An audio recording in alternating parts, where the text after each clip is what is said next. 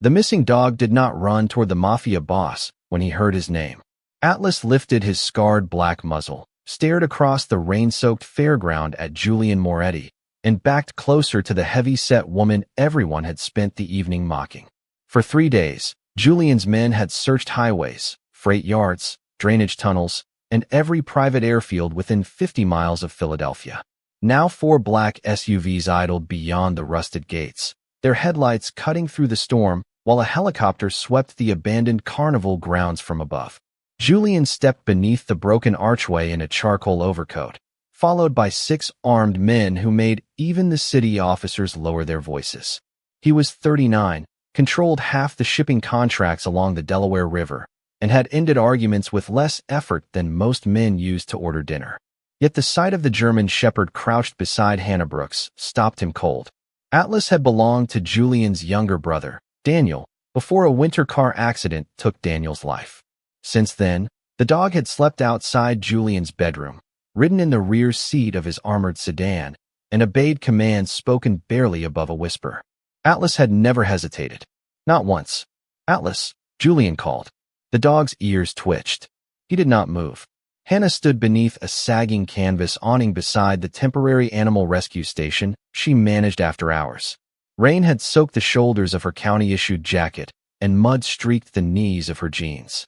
Her broad body looked almost motionless beside the trembling dog, but Julian noticed one hand resting open at her side, palm visible, offering nothing and demanding nothing.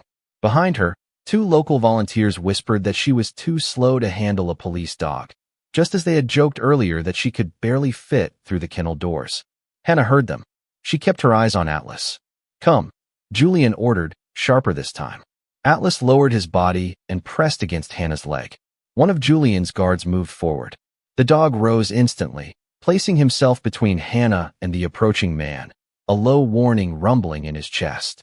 Every voice beneath the awning died. Julian raised one gloved hand, stopping his guard. "What did you do to him?" His tone was quiet, which made the officers nearby step farther back. Hannah finally looked at him. Her face was round, rain-speckled, and exhausted, but there was no panic in her eyes. "I sat down," she said. Julian glanced at the wet ground, then at the woman who had apparently accomplished in silence what trained handlers, surveillance teams, and a private army could not. "That's all." "No," Hannah's gaze shifted to the dog's rigid shoulders. "I stopped ordering him to be afraid." A gust of wind rattled the empty Ferris wheel behind them. Atlas flinched at the metallic clang, and Hannah immediately turned her body sideways, giving him space. Julian saw the dog's breathing slow.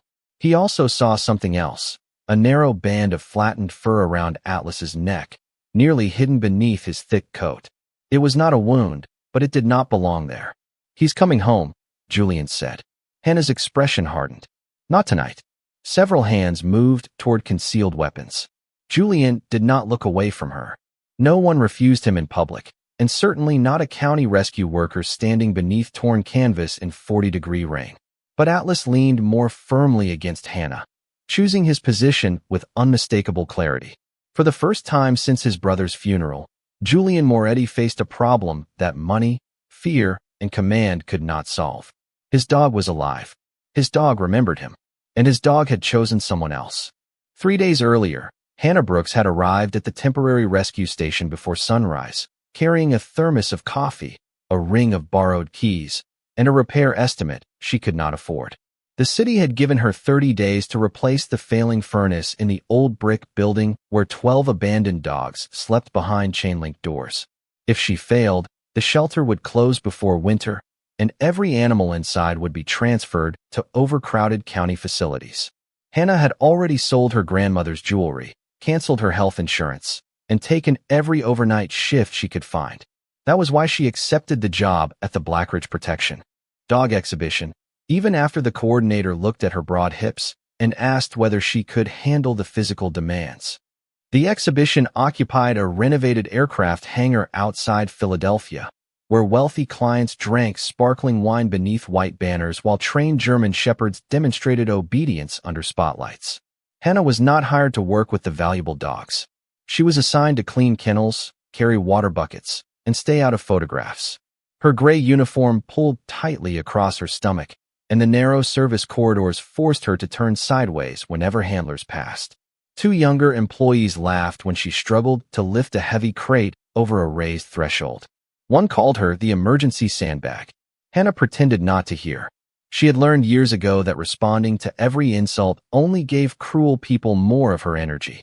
Still, silence had a cost. Each remark settled inside her like another stone. By late afternoon, she noticed something the polished handlers seemed determined to ignore. Several dogs were panting despite the cool air. One refused food. Another flattened its ears whenever a metal latch snapped shut.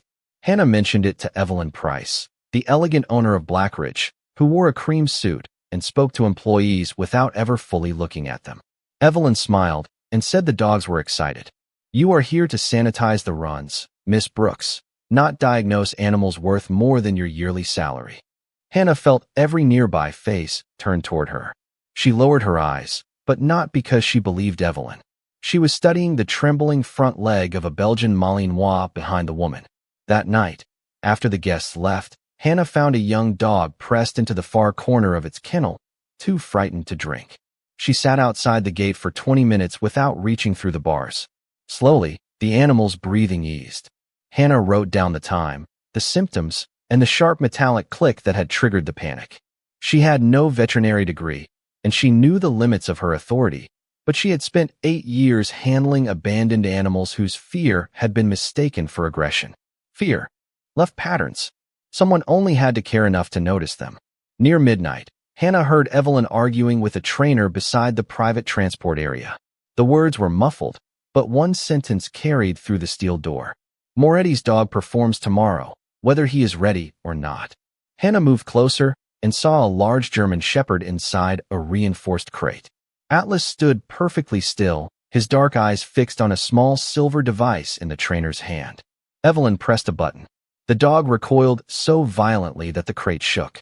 Hannah stepped into the doorway before she could stop herself. "Turn that off." The trainer laughed. Evelyn did not. Her expression hardened with immediate calculation. "Go back to your station." Hannah looked at Atlas, then at the device. She knew speaking again could cost her the money that might save her shelter. She also knew what silence would cost the dog. "That is not training," she said. "That is fear." Evelyn walked toward her with a pleasant smile that never reached her eyes. "Then perhaps you are too emotional for this work." Hannah held her ground. For the first time that day, the room was not laughing. Somewhere inside the crate, Atlas began watching her. By 8 the next morning, Blackridge had transformed the aircraft hangar into a cathedral of money, obedience, and polished appearances. Luxury sport utility vehicles lined the private lot. Security teams checked invitations beneath white canopies while handlers guided immaculate dogs across a floor bright enough to reflect every expensive shoe. Julian Moretti arrived without announcement, yet conversation faded the moment he entered. He wore a black overcoat over a perfectly tailored suit, and 4 men followed him at a distance that suggested discipline rather than display. He did not need to raise his voice. The officials greeting him already knew that his shipping companies moved half the private cargo along the Delaware River, and the people who understood his real business knew far more. Atlas walked beside him without a leash. The German shepherd ignored cameras, strangers, and the applause Evelyn Price arranged for his entrance. Only Julian noticed the stiffness in the dog's shoulders. Atlas had once belonged to Julian's younger brother, Daniel, who had trained him from a puppy and treated him less like an animal than a stubborn member of the family. After Daniel died in a winter highway accident, Atlas became the one living thing allowed inside Julian's silence. The dog slept outside his bedroom, rode beside him during late-night drives, and waited near the office door during meetings no outsider survived by accident. Julian never spoke about grief. He gave Atlas commands instead, and Atlas always obeyed. That morning, Evelyn promised a demonstration proving Blackridge could sharpen even an exceptional dog's protective instincts. Hannah watched from the service corridor, carrying fresh water and trying to ignore the ache in her feet. When Atlas passed her, his dark eyes found hers for one brief second. She saw recognition, followed by fear. On the exhibition floor, a trainer positioned Julian near a marked platform while donors gathered behind a velvet rope. Evelyn lifted one hand. A hidden metal latch clicked. Atlas froze. Hannah saw his chest stop moving before the sound even reached the audience. Then came a thin electronic tone, almost too high to notice. Atlas lowered his body, as if expecting punishment. Julian gave a quiet command. The dog did not respond. A ripple of embarrassed laughter moved through the crowd. Evelyn signaled again, harder this time, and the trainer reached toward Atlas's collar. "Do not touch him," Hannah called from the edge of the floor. Heads turned. Evelyn's smile tightened. Julian looked at Hannah, then at the dog. Before anyone could move, a service gate swung open behind the equipment line. Atlas bolted. The lights failed for 11 seconds. In the darkness, people shouted, glasses struck the floor, and security men reached beneath their jackets. When emergency power returned, the gate was still moving and Atlas was gone. Evelyn pointed directly at Hannah. She left it open. Hannah knew she had not. She also knew arguing would waste the only minutes that mattered. Atlas was terrified, surrounded by traffic, unfamiliar machinery, and men trained to chase threats. She grabbed her coat and ran toward the rear exit. Julian's security chief ordered teams to seal the property, but Julian watched Hannah disappear into the rain and understood something his own people had missed. She was not running away from blame. She was the only person running in the same direction as his dog. Hannah found the first paw print behind the hangar, pressed deep into a strip of rain-softened dirt beside the loading road. It pointed away from the highway and toward 40 acres of abandoned fairground buildings beyond a rusted fence. Blackridge security spread out with flashlights and radios, calling Atlas as if volume could overpower terror. Hannah told them to stop. No one listened. A guard climbed through the fence, struck a loose sheet of metal, and sent a sharp clang across the empty property. Somewhere in the darkness, a dog barked once and fled deeper into the ruins. Hannah closed her eyes in frustration. Every careless sound was teaching Atlas that people meant pursuit. Julian Moretti's security chief ordered her back to the hangar, but she slipped through a gap in the fence before he could stop her. The ground was uneven, and her lungs burned as she crossed the muddy midway, yet she kept moving.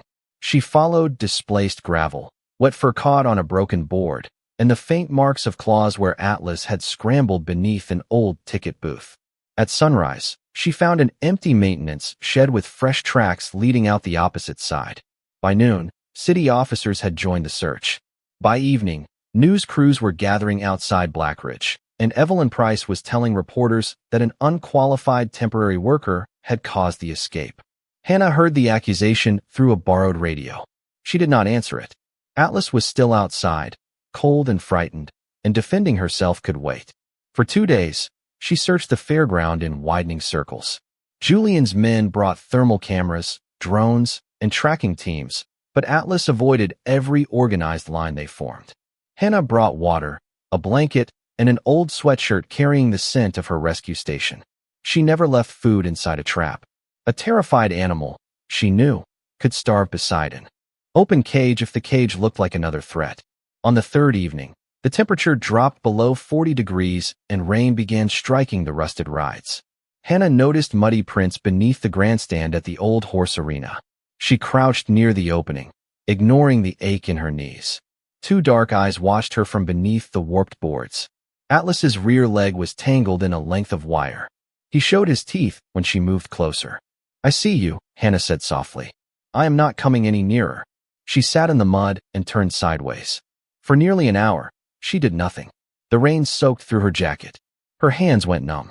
Atlas stopped growling, but his breathing remained fast. Hannah slid a pair of bolt cutters across the ground, then waited again. When he finally lowered his head, she crawled close enough to cut the wire without touching him. Atlas pulled free and retreated, watching her with suspicion.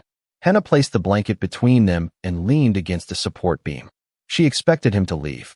Instead, he approached one cautious step at a time and lowered himself beside her. That was where Julian found them after dark. Evelyn arrived with the search party and laughed when she saw Hannah covered in mud beneath the grandstand.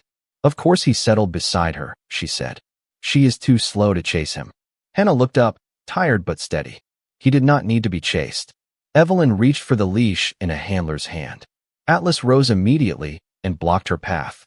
Julian saw the flattened ring of fur beneath the dog's collar and the fear hidden beneath perfect obedience. When he ordered Atlas forward, the dog pressed closer to Hannah instead. She met Julian's stare and refused to move aside. "You can take him by force," she said, "but you will lose whatever part of him still trusts you."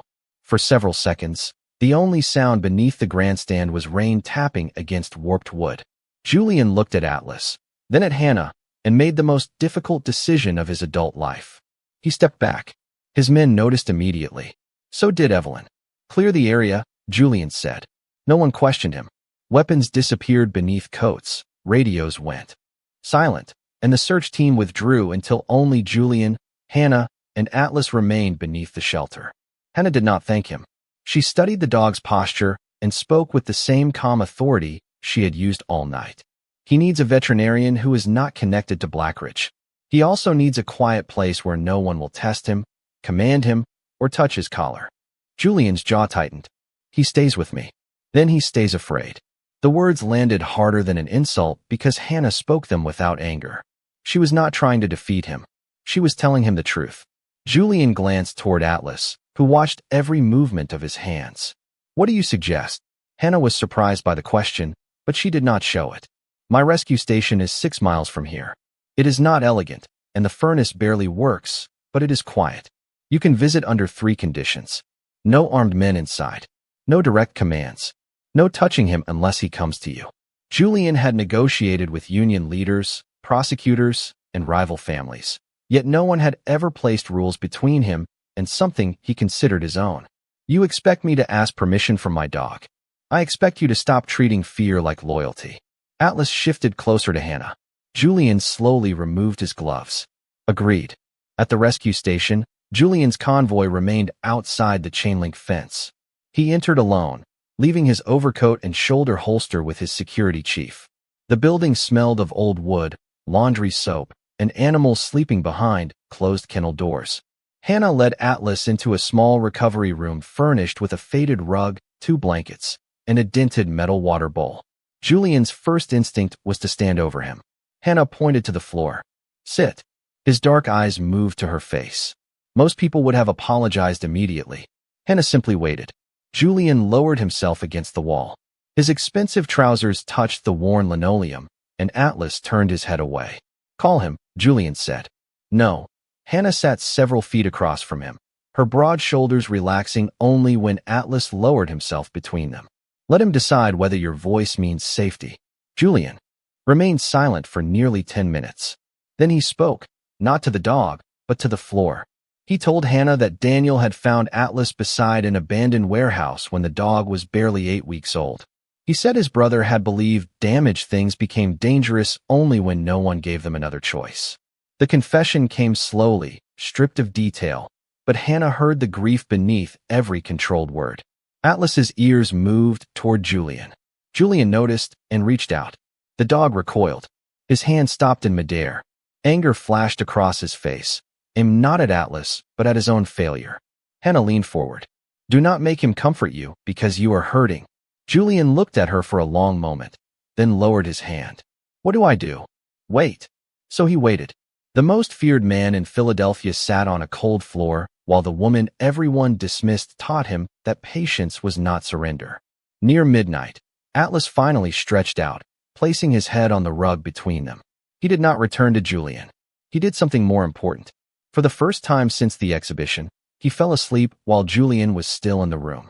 Over the next 4 days, Hannah turned the rescue station's narrow recovery room into a place of careful observation. She recorded Atlas's breathing, appetite, sleep, and response to ordinary sounds. A dropped food bowl made him lift his head, but not panic. A closing kennel gate made his muscles tighten. The click of a metal clasp caused him to retreat beneath the table. Each reaction formed part of a pattern, but Hannah refused to rush toward an answer. She asked an independent veterinarian to examine the flattened fur around his neck and confirm that it was consistent with repeated pressure from a training collar. The veterinarian could describe what she saw, but she could not identify who had caused it. Julian visited every evening and followed Hannah's rules with visible effort. He sat on the floor, kept his hands open, and spoke without commanding Atlas to look at him.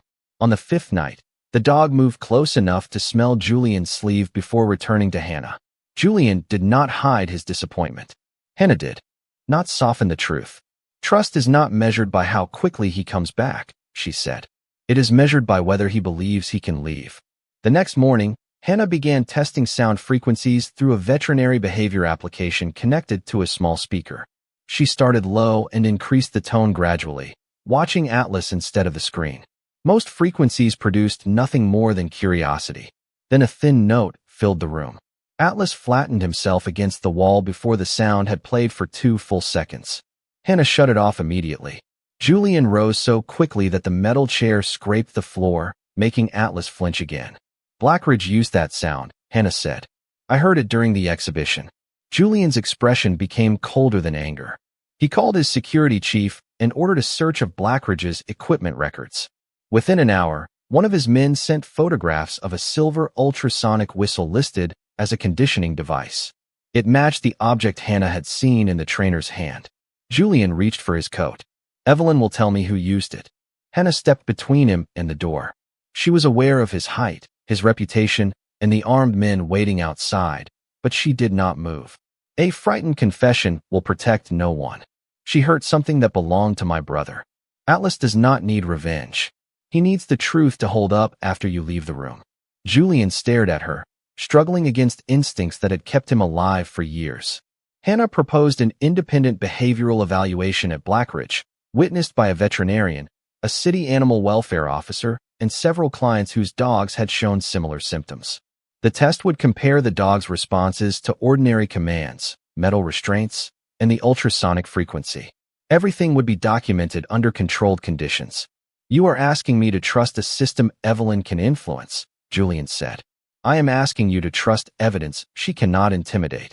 He looked through the open recovery room door. Atlas was awake, watching them both. Julian could force an answer before sunset. He could ruin Blackridge without explaining why. Instead, he called his attorney and instructed him to request the evaluation through legal channels. Hannah heard the restraint in every word. When the call ended, Atlas crossed the room and sat beside Julian's chair. Julian did not reach for him. He waited until the dog placed one paw on his shoe, offering contact freely. Hannah watched the feared man lower his eyes, not in defeat, but in understanding. For the first time, Julian Moretti had chosen a path he could not control, and Atlas had noticed. By sunrise, Evelyn Price had stopped pretending the dispute was about one missing dog. A formal complaint reached the city animal welfare office before Hannah opened the rescue station. It accused her of stealing private property, practicing veterinary medicine without a license, and housing a dangerous animal in an unsafe building. 2 inspectors arrived before breakfast. Behind them, a local news van parked beside the fence, followed by 3 people who had worked with Hannah at the exhibition. They repeated Evelyn's version with polished certainty. Hannah was unstable. Hannah had ignored instructions. Hannah had used Atlas to attract attention. One former handler looked directly at her broad body and told an inspector that she lacked the physical ability to control a working dog. Hannah stood beside the worn front desk and answered every question without raising her voice. She produced her observation logs, the independent veterinarian's report, and the rescue station's intake policies. Still, the lead inspector handed her a temporary restriction. Until the hearing, she could not accept new animals. If the city ruled against her, the station would lose its operating license. 12 dogs would be transferred, and the building she had fought to save would become empty before winter. Julian arrived as the inspectors were leaving. His expression darkened when he saw the notice taped to the glass door. I can end this today, he said. Hannah knew what that meant. A phone call to the right official. A donation to the right office. Pressure applied where no fingerprints remained. For one exhausted second, she imagined saying yes. Then she pictured Evelyn smiling as everyone concluded that Hannah's work mattered only because a powerful man had purchased the outcome. No, she said. Julian's gaze sharpened. They are trying to destroy you. Then let them fail honestly. Honesty is not how people like Evelyn fight. Maybe not, but it is how I do. He stepped closer, lowering his voice. Your shelter could close. And if you save it by making the rules disappear, every person who mocked me will say they were right. They will say I could not defend my work without you. Julian looked toward the recovery room, where Atlas rested behind an open gate. What do you need? The question surprised her more than an offer of money ever could. Hannah asked for Blackridge's training schedules, equipment purchases, veterinary invoices, and the security records from the 11 seconds when the hangar cameras failed. She also asked for the names of clients whose dogs had developed sudden fear responses after training there. Julian could have stolen everything. Instead, he instructed his attorney to obtain the records through subpoenas, contracts, and written consent. He gave Hannah access to Atlas's complete history, including documents he had never allowed outside his private office. It was not protection disguised as control. It was trust with consequences. Over the next 2 days, Hannah built a timeline across the wall of the rescue station. Julian sat beside her at the battered work table, reading invoices while she compared dates and behavioral changes. Their shoulders nearly touched, but neither moved closer. The tension between them came from restraint, not possession. Late that evening, Hannah found repeated purchases of ultrasonic devices hidden under routine equipment codes. Julian found payments made to a technician who had disabled the exhibition cameras. Together, they uncovered enough to justify the public evaluation, but not enough to prove Evelyn had ordered the abuse. When Julian prepared to leave, Atlas rose from his blanket and walked past Hannah toward him. The dog stopped at Julian's side and waited. Julian did not touch him until Atlas leaned against his leg. Hannah watched something guarded soften in Julian's face. Then he looked at her with the same patience she had demanded from him. "When this is over," he said, "I would like to know you somewhere that does not smell like disinfectant." Hannah held his gaze. "Ask me again when you are not trying to rescue me." Julian accepted the boundary without argument. For the first time, she believed he might actually understand it. The public evaluation began beneath the same white lights where Atlas had disappeared, but Blackridge no longer looked untouchable. City animal welfare officers stood beside 2 independent veterinarians, several former clients, and a court-appointed behavior specialist. Cameras recorded every angle of the exhibition floor. Hannah entered through the service doors wearing the same gray uniform people had laughed at, though this time no one mistook her for invisible. Atlas walked beside her on a loose lead, choosing the distance between them. Julian remained behind the marked boundary with his security team, his hands empty and his expression unreadable. Evelyn Price greeted the officials with polished confidence. She insisted Atlas had become unstable only after Hannah interfered with his training.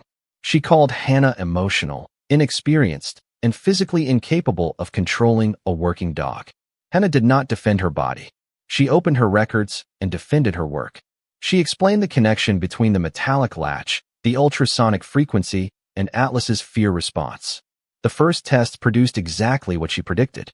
Ordinary commands caused no distress. A closing gate made Atlas tense. A harmless tone at a different frequency barely drew his attention. Then the specialist prepared the final controlled sound.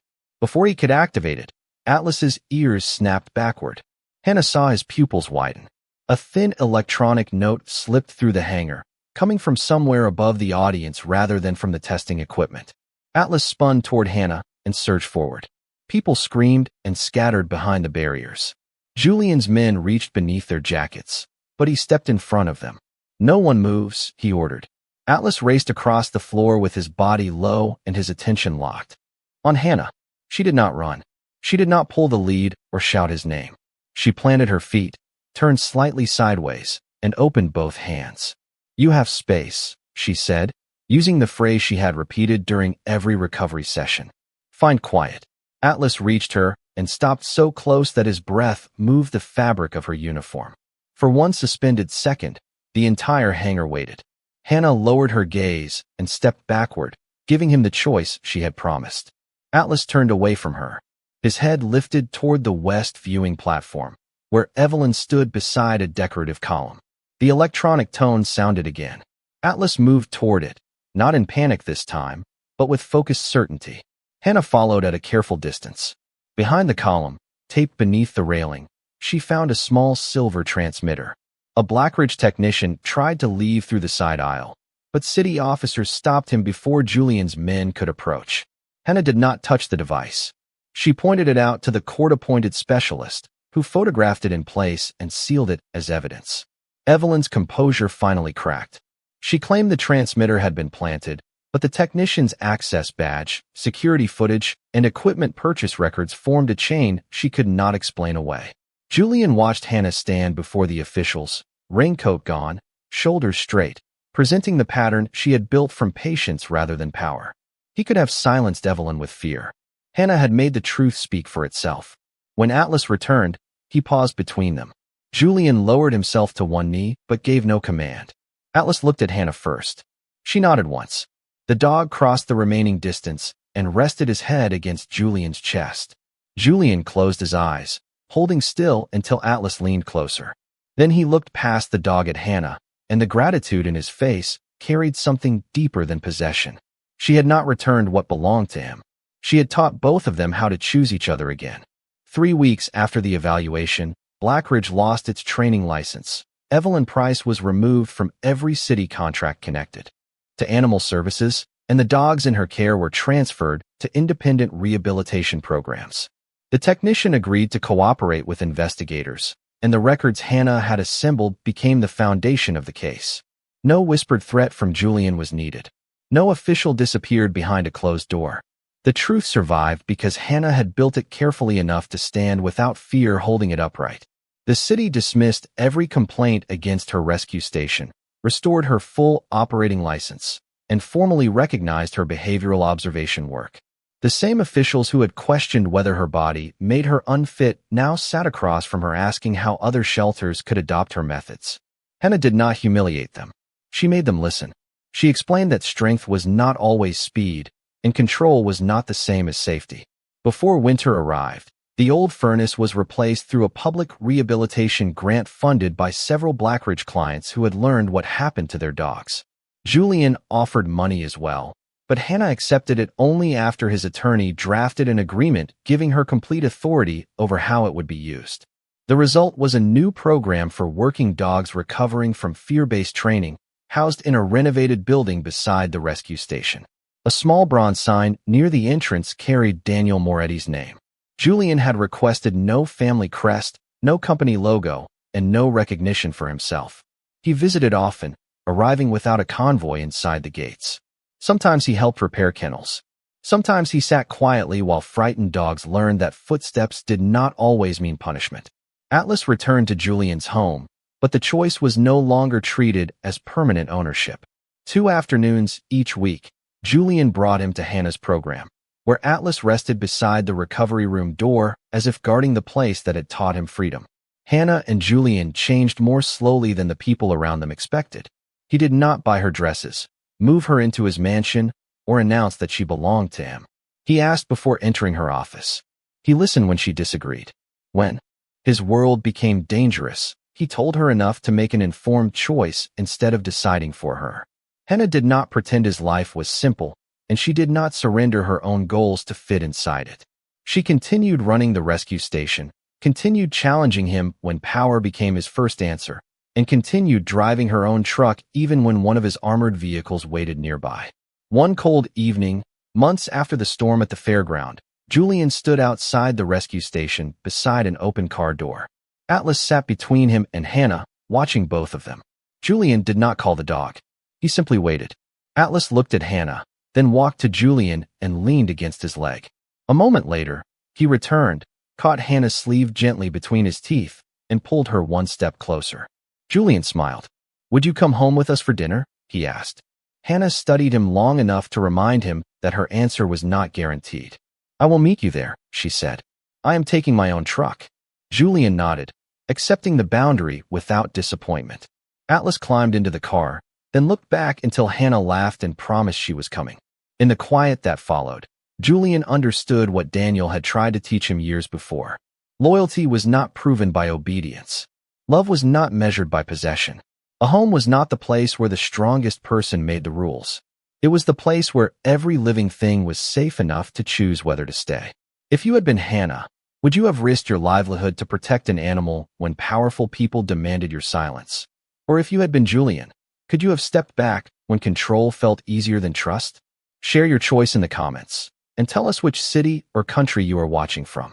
Subscribe to hear more stories about overlooked people whose courage changes even the hardest hearts.